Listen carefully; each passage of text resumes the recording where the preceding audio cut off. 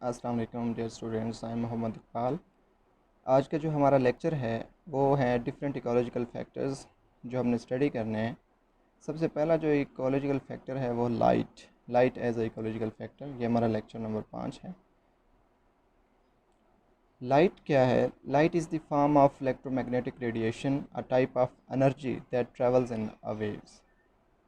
ये electromagnetic radiations हैं जो ट्रैवल करती हैं in the form of waves हैं, और टाइप ऑफ एनर्जी होती है। लाइट जो है वो कंसीडर की जाती है विजिबल स्पेक्ट्रा। विजिबल स्पेक्ट्रा वो विजिबल स्पेक्ट्रा जो हमें नज़र आता है या जिसको हम नेकेड आई से देख सकते हैं। Visible light is usually defined as having wavelengths in the range of 400 to 700 nanometre. जो विजिबल स्पेक्ट्रा है इसकी जो रेंज होती है वो 400 से स्टार्ट होती है और 700 नैनोमीटर तक होती है। जो main source of light on earth है वो सन है। Sun is the big source of light. Effects of different electromagnetic spectrums in general. Different colors have different effects on plants. अब ये जो इलेक्ट्रोमैग्नेटिक स्पेक्ट्रम्स है जो 400 से स्टार्ट होता है और 700 पे ख़त्म होता है, इसका जो इफ़ेक्ट है प्लांट्स की ग्रोथ पे या प्लांट्स के डिफरेंट फिनोमेना पे वो क्या है? तो सबसे पहले आता है अल्ट्रावायलेट लाइट। या अल्ट्रावायलेट लाइट जो है ये सबसे लोअर जो है स्पेक्ट्रम में आता है। ये जो इफ़ेक्ट करता है प्लांट्स में, तो ये काज करता है डीएनए डैमेज, डीएनए को डैमेज करता है। रिड्यूस फोटोसिंथेसिस रेट, फोटोसिंथेसिस को बहुत कम करता है। फ्लावरिंग एंड पोलिनेशन, फ्लावर करता है यानी प्लांट्स को ट्रिगर करता है कि वो फ्लावर लें, और साथ में उनका पोलिनेशन का फिनोमेना जो है एनहांस होता है। ये एक पॉजिटिव फिनोमेना है। एंड इफेक्ट सीड डेवलपमेंट, लेकिन साथ ही सीड डेवलपमेंट को भी इफ़ेक्ट करता है। अल्ट्रावायलेट की एक कैटेगरी है, सब कैटेगरी, जिसको अल्ट्रावायलेट ए कहते हैं।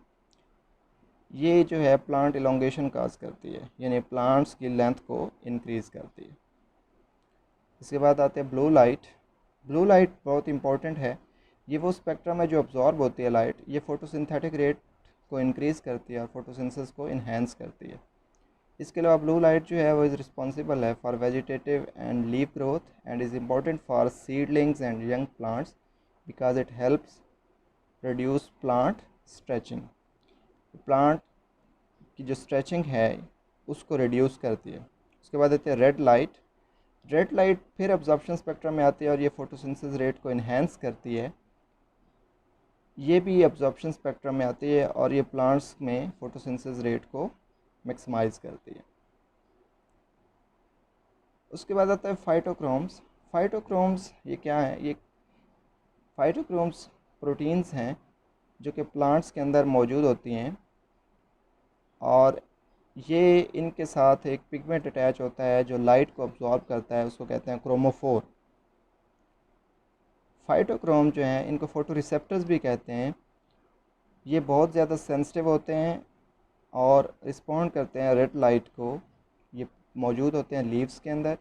लीव्स जैसे ही रेड लाइट में एक्सपोज होती है तो फाइटोक्रोम्स एक्टिव होते हैं और रेड लाइट को अब्जॉर्ब करते हैं। दिस लाइट यानी रेड लाइट जो है is important in the regulation of flowering and fruiting. ये जो रेड लाइट है ये फ्लावरिंग और फ्रूटिंग में हेल्प करती है और फाइटोक्रोम जो हैं वो इसको सेंस करते हैं। It also helps increase stem diameter and promotes branching. इसकी वजह से स्टेम का जो डायमीटर है, स्टेम की जो चौड़ाई है वो भी इंक्रीज़ होती है, और साथ साथ जो है वो स्टेम ज़्यादा से ज़्यादा ब्रांचिंग भी करता है। अब जो फाइटोक्रोम्स हैं इनमें रेशियोज़ होती है कुछ लाइट की। एक है रेड लाइट और दूसरी है फार रेड लाइट। तो फार रेड लाइट और फार रेड रेशो जो है ये मैटर करती है फॉर डिफरेंट फिनोमेनाज इन प्लांट्स।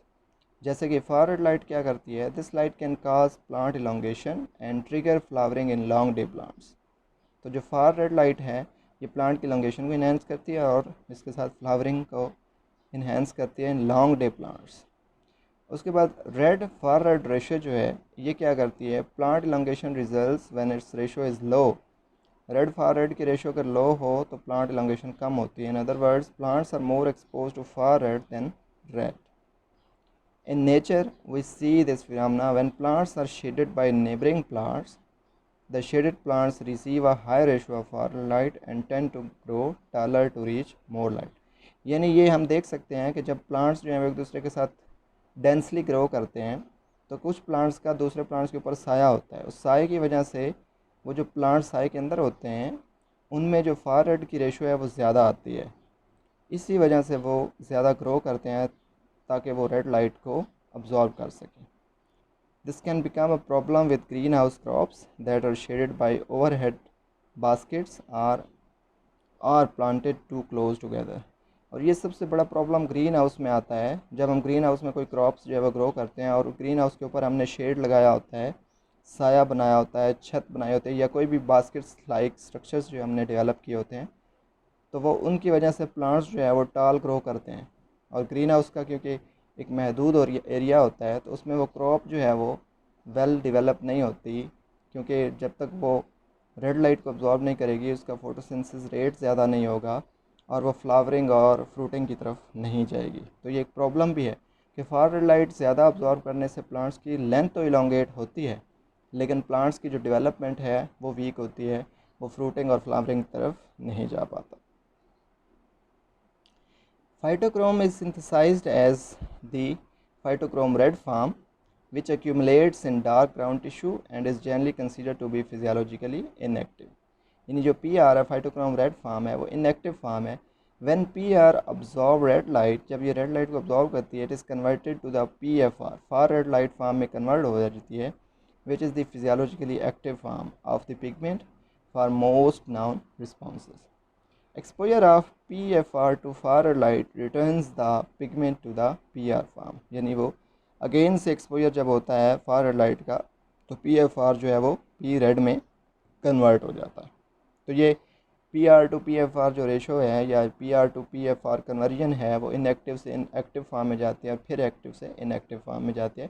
यानी डे टाइम में रेड लाइट एक्सपोज होती है तो उसकी वजह से जो PR है रेड लाइट ज़्यादा अब्जॉर्ब होती है, वो PFR में कन्वर्ट होता है और रात को PFR ज़्यादा अब्जॉर्ब होने की वजह से PFR कन्वर्ट होता है into PR red. Functions of phytochrome क्या होते हैं? फाइटोक्रोम्स प्लांट्स के अंदर डिफरेंट फंक्शंस परफॉर्म करते हैं, जैसे कि इंपॉर्टेंट फंक्शंस जो हैं वो सीड जर्मिनेशन में हेल्प करते हैं। जब सीड हम सो करते हैं तो ये सीड को जर्मिनेट करवाने में हेल्प करते हैं। उसके बाद फ्लावरिंग इंड्यूस करते हैं, या फ्लावरिंग जो टाइम है कि किस वक्त प्लांट्स जो है उसने फ्लावर लेना है तो उसको फोटो पीरियोडिज्म भी कहते हैं। तो फ्लावरिंग टाइम को जो है वो इंड्यूस करते हैं।